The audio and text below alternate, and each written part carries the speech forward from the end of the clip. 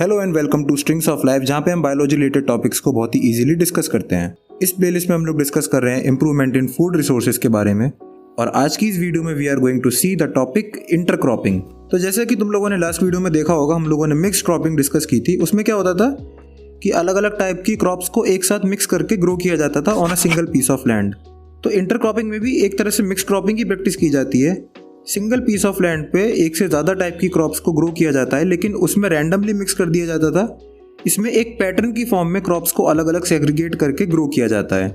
मतलब single piece of land पे ही एक से ज़्यादा क्रॉप्स ग्रो होंगी, लेकिन उनको सेपरेटली ग्रो किया जाएगा, ना कि सारे सीड्स को एक साथ मिक्स करके रैंडमली सो कर दिया जाएगा। इंटरक्रॉपिंग के टाइम पे कुछ क्राइटेरियाज को ध्यान रखा जाता है, जैसे कि मिक्स क्रॉपिंग में भी था। यहाँ पे क्या देखा जाता है कि स्पेशियल अरेंजमेंट कितना है, मतलब उस पीस ऑफ लैंड में हम पूरे स्पेस को किस तरीके से मैनेज कर सकते हैं to distribute all the crops. ठीक है। प्लांट डेंसिटी, मतलब कौन सा प्लांट या कौन सी क्रॉप कितनी जगह घेरती है। मैच्योरिटी डेट्स ऑफ क्रॉप, मतलब जो हम क्रॉप उगा रहे हैं उनकी मैच्योरिटी टाइम क्या रहेगा, कौन सी क्रॉप किस टाइम पे मैच्योर होती है relative to each other.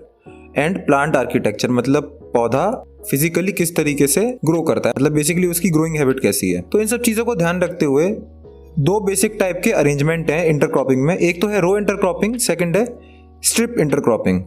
Row intercropping में क्या होता है कि एक लैंड पे एक से ज़्यादा क्रॉप को ग्रो किया जाता है, लेकिन रोज के फॉर्म में ग्रो किया जाता है। मान लो हमारे पास दो क्रॉप्स हैं, एक होगी प्लांट ए की, दूसरी होगी प्लांट बी की। तो हम लोग क्या करेंगे, पहली रो लगाएंगे प्लांट ए की, ठीक है, और उसके बाद हम लोग एक रो, दो रो या तीन रोज लगाएंगे प्लांट बी की।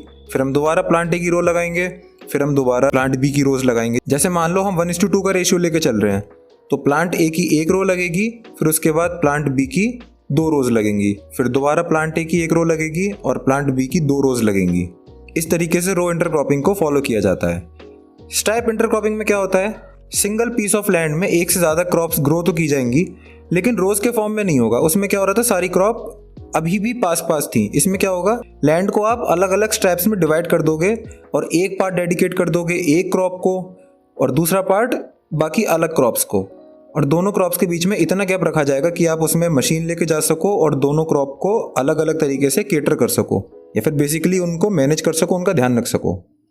तो अगर मिक्स क्रॉपिंग और इंटरक्रॉपिंग का डिफरेंस देखना हो तो वो क्या होगा, मिक्स क्रॉपिंग में सारे सीड्स को एक साथ मिक्स करके बो दिया जाता है, जबकि इंटरक्रॉपिंग में ऐसा नहीं होता। सीड्स अलग अलग रहते हैं और उनको अलग अलग पैटर्न में सो किया जाता है। सेकंड, मिक्स क्रॉपिंग में कोई पैटर्न नहीं होता, कोई रोज नहीं होती, जबकि इंटरक्रॉपिंग में पैटर्न फॉलो किए जाते हैं। थर्ड, फर्टिलाइजर्स का एप्लीकेशन अलग अलग नहीं किया जा सकता मिक्स क्रॉपिंग में, क्योंकि सारे सीड्स एक साथ ग्रो कर रहे हैं, जबकि इंटरक्रॉपिंग में आप फर्टिलाइजर को अलग अलग अप्लाई कर सकते हो। मतलब अगर एक क्रॉप को नाइट्रोजन वाला फर्टिलाइजर चाहिए जबकि दूसरी क्रॉप को नहीं चाहिए, तो आप वो चीज़ इंटरक्रॉपिंग में अच्छे से प्रैक्टिस कर पाओगे।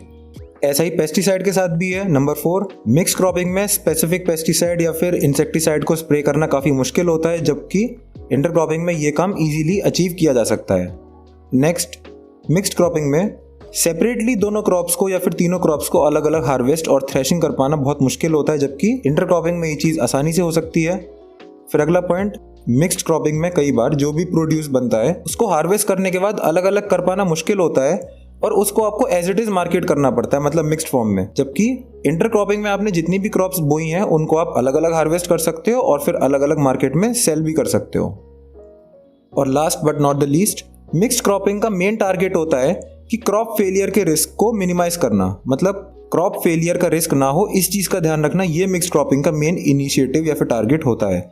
जबकि इंटरक्रॉपिंग में क्या देखा जाता है कि लैंड का या फिर सॉइल का पर यूनिट एरिया कितना हम लोग प्रोड्यूस कर सकते हैं या फिर पर यूनिट एरिया से कितनी प्रोडक्टिविटी जनरेट कर सकते हैं, उसको ज़्यादा से ज़्यादा इंक्रीज किया जाए।